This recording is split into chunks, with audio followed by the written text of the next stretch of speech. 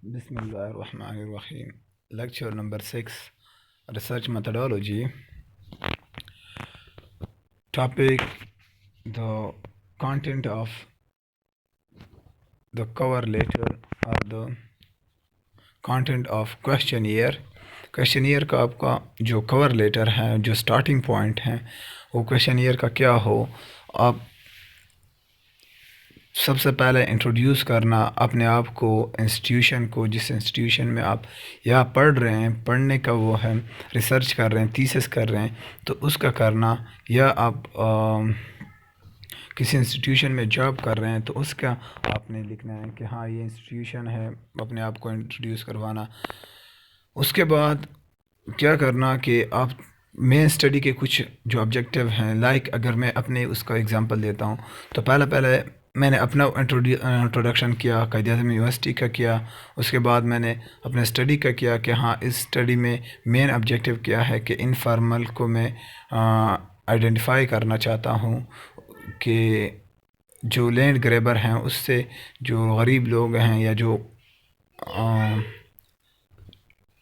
जो रेंट देते हैं तो उनका इफ़ेक्ट ऑन पीपल अर्निंग, तो वो मैंने मेन ऑब्जेक्टिव इस तरह लिखा थोड़ा उसमें कुछ लाइन में। उसके बाद मैंने उस स्टडी के रेलेवेंस के मैं इनफॉर्मल किस चीज़ को कह रहा हूँ, कि जो आप CDA के ज़मीन पे या किसी गवर्नमेंट ज़मीन पे आप काम कर रहे हैं उसको इनफॉर्मल कहते हैं। तो इस तरह आपने हर एक थीसिस, जो भी थीसिस लिखता है तो उसको पहले थोड़ा इंट्रोड्यूस करवाना होता है कि हाँ मैं ये काम कर रहा हूँ, इस तरह कर रहा हूँ।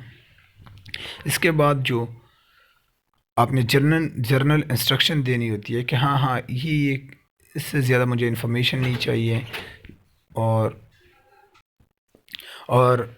जो भी इसमें पार्टिसिपेट करे वो वॉलंटियरली करेगा। वो ये नहीं है कि इसके लिए आप कुछ पैसा पेमेंट देना, अगर उसका राइट है उसका, वो अगर आपको क्वेश्चनियर फिल करके नहीं देता तो आप उस पर ज़ोर ज़बरदस्ती पे क्वेश्चनियर फिल नहीं करवा सकते, वो उसकी अपनी मर्ज़ी है।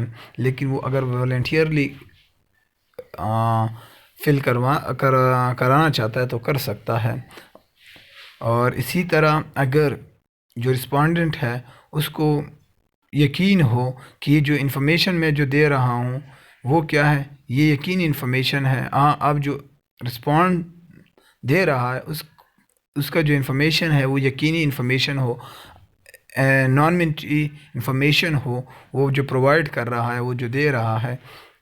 इसी तरह जो के रिसर्चर है उसको चाहिए कि वो कॉन्टैक्ट नंबर दे, अगर मेल क्वेश्चनियर हो तो कॉन्टैक्ट नंबर दे, कि अगर कोई भी क्वेश्चन में एम्बिग्युएसी हो, कन्फ्यूजन हो, तो वो कॉन्टैक्ट करके ही ख़त्म करने के बाद ही वो उसको फिल करे या उसका आंसर दे, रिस्पांस दे। और इसी तरह वो जो रिसर्चर है वो एड्रेस भी दे दे किस चीज़ के लिए, रिटर्न ऑफ ईमेल, और इसी तरह रिटर्न और टाइम भी, डेडलाइन भी दे। इस तरह ना आप रिसर्चर पेपर क्वेश्चनियर आज दे और 10 साल बाद वो क्वेश्चनियर रिटर्न करे, तो वो भी नहीं। आप कुछ टाइम दे देना कि हाँ इस टाइम तक आप मुझे रिटर्न करके देना, एंड लास्ट में आप थैंक्स कहना। अगर उसने पार्टिसिपेट किया हुआ है तो थैंक्स आप एंडिंग में लिख देना, thanks for this participation of for or filling the questionnaire or the response for the response different, वो आप लिख सकते हैं। इसी तरह अब फिर जो हमारे पास क्वेश्चनियर में डिफरेंट फॉर्म होते हैं क्वेश्चन के, वो क्या डिपेंड करते हैं, वो 2 टाइप में हैं। क्वेश्चनियर जो फॉर्म है क्वेश्चन का वो 2 टाइप है। वो ये है कि या ओपन एंडेड होते हैं या क्लोज एंडेड होते हैं, चाहे वो इंटरव्यू हो चाहे वो क्वेश्चनियर हो। और इसी तरह अब जो रिसर्चर हैं इसके लिए दोनों वे जो क्वेश्चनियर में क्वेश्चंस हैं वो दोनों वे यूज़ करते हैं, open ended and close ended. दोनों के अपने बेनिफिट, एडवांटेज एंड डिसएडवांटेजेस हैं।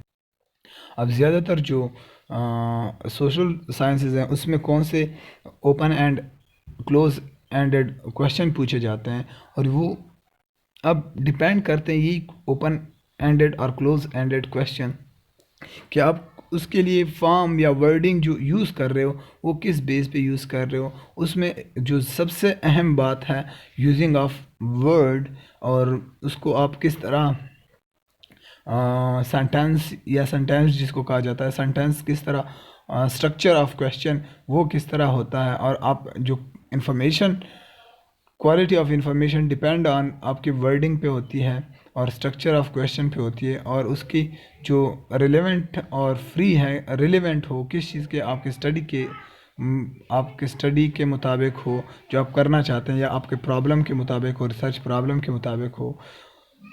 तो इसी तरह अब ओपन एंडेड क्या है, आप रिस्पोंडेंट को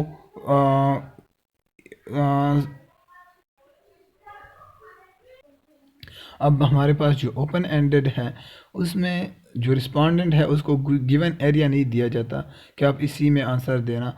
आप जो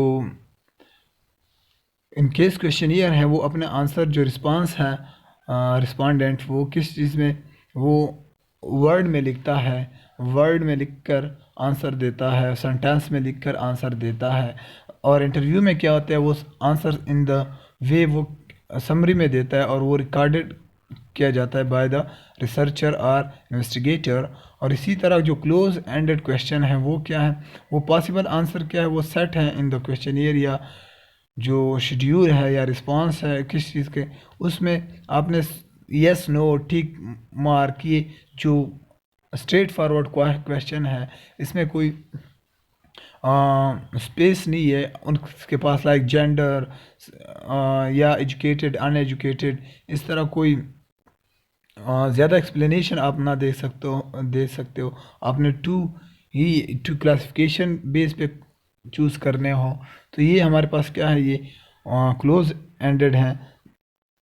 और इसी तरह क्लोज एंडेड के लिए इन्होंने फिगर दिया हुआ है 9.6, और हमारे पास ये क्लोज एंडेड क्वेश्चन है कि आप की एज क्या है वो रेंज आप बता देना, 50 अंडर 15 है। तो अब ये क्या, ये ऑप्शन जो आप चूज़ करते हो ऑप्शन बेस पे सेलेक्ट द ऑप्शन, तो वो क्या हमारे पास क्लोज एंडेड हैं। इसी तरह जो ओपन एंडेड क्वेश्चन भी हैं वो उसका फिगर 9.7 में दिया गया है। अब डिपेंड करता है कि आप डिसाइड करना कि क्लोज एंडेड क्वेश्चन किए जाए या ओपन एंडेड। ये इंफॉर्मेशन किस बेस पे हम वेरिएबल के लिए जो डेटा इंफॉर्मेशन चाहिए वो किस बेस पे हमें चाहिए, वो आइदर क्वेश्चन क्लोज क्वेश्चन और ओपन क्वेश्चन, वो डिपेंड करती है स्टडी या वो वेरिएबल डिपेंड करता है। अब फिर इसी वेरिएबल में सबसे इम्पॉर्टेंट फ्रेम क्या है कि उसको आप मेजर किस यूनिट में कर रहे हो, क्लासिफिकेशन किस उसमें दे रहे हो, मेजर्ड इन रेशियो फॉर्म में, बाइनरी फॉर्म में, ऑर्डिनल फॉर्म में, नॉमिनल फॉर्म में, आप किस फॉर्म में उसको मेजर करना चाहते हो, तो वो बेस आपने इंडिकेट करना होता है। इंडिकेशन लाइक रेशियो, ये क्या, ये हमारे पास मेजरमेंट के स्केल्स हैं। अब लेट इन्होंने एग्जांपल दिया गया है कि इनकम है या इनको क्लोज क्वेश्चन क्या है क्वालिटेटिव में रिकॉर्ड करना कि एवरेज इनकम क्या है, अबाव, बिलो। तो ये क्या, ये क्वांटिटेटिव है, लेकिन क्या हमारे पास कैटेगरीज हैं, रेशियो फॉर्म में है। तो ये क्या, हम क्वालिटेटिव एंड क्वांटिटेटिव के लिए कैटेगरीज इफेक्ट यूज़ कर सकते हैं फॉर स्केल इनकम, जो कि हमने प्रीवियस पढ़े हुए हैं। रेशियो है, नॉमिनल है, ऑर्डिनल है, ये क्या, ये हमारे पास यूज़ हो सकते हैं। और इसी तरह अगर हम उसको देखते हैं ओपन एंडेड रिस्पांस को, तो आप पूछ सकते हो रिस्पोंडेंट से कि आप कितना इनकम कमा रहे हो, अर्न कर रहे हो, तो वो आंसर देता है कि वो डिफरेंट, अगर वो बिजनेसमैन है या कोई वो है तो उसकी डिफरेंट अर्निंग होगी। वो इसी तरह आपको कहेगा कि मैं इस बेस पे इतना इतना कमा रहा हूँ, वो ओपन एंडेड डिस्कस कर लेता है फिर। लेकिन क्लोज एंड में आप क्या चेंज नहीं कर सकता वो अपने आप को कि इन इसी कैटेगरीज में वो लाजमी है, वो होल्ड करेगा। But the open ended question वो हर एक बंदे की अपनी ही ओपिनियन है, अपना ही एनालिसिस है, टाइम ऑफ एनालिसिस है, तो वो अपने ही मुताबिक हर एक क्वेश्चन को अंडरस्टैंड करके वो आपको आंसर देगा। अब दोनों मेथड के क्या एडवांटेज डिसएडवांटेजेस हैं इन डिफरेंट सिचुएशन, वो डिपेंड करता है कि किस बेस पे आप इंटरव्यू या क्वेश्चन ईयर है, वो अब डिपेंड किस चीज़ पे करता है, आप कौन सी इंफॉर्मेशन आपको चाहिए, चाहे वो ओपिनियन बेस पे हो, फैक्ट बेस पे हो, या वो आप एग्जैक्ट स्ट्रेट फॉरवर्ड क्वेश्चन के थ्रू आपको एक ही आंसर मिले, तो उस बेस पे आप अब अगर आपके फॉर एग्ज़ाम्पल मैं एजुकेशन के लिए एक एग्ज़ाम्पल कि ओपन एंडेड और क्लोज एंडेड किस तरह मैं वो कर सकता हूँ।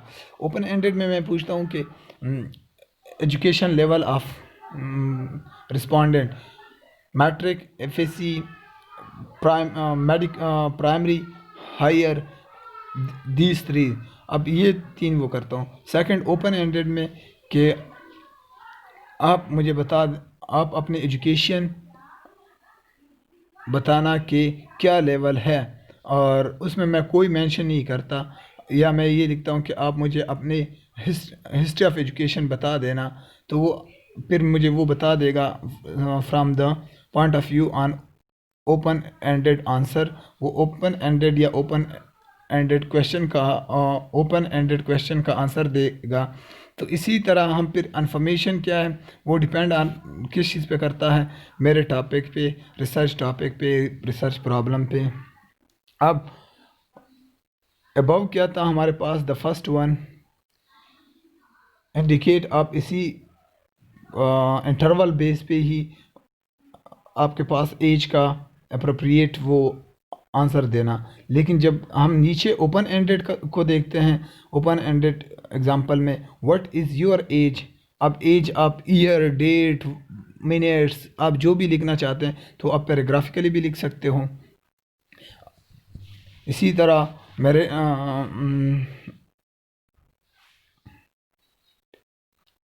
मैरिटल स्टेटस भी आप मैरिटल स्टेटस भी आप ओपन एंडेड लिख सकते हो। आपकी एवरेज इनकम क्या है वो भी ऑन द बेस ऑफ, ये नहीं है कि अब मैंने इसमें कोई ऑप्शन दिया है कि आपका 10,000 है, 20,000 है, आपकी जो भी इनकम लेवल है, हर एक रिस्पॉन्डेंट्स की जो भी इनकम लेवल है तो वो। लेकिन अबव में जो ओपन क्लोज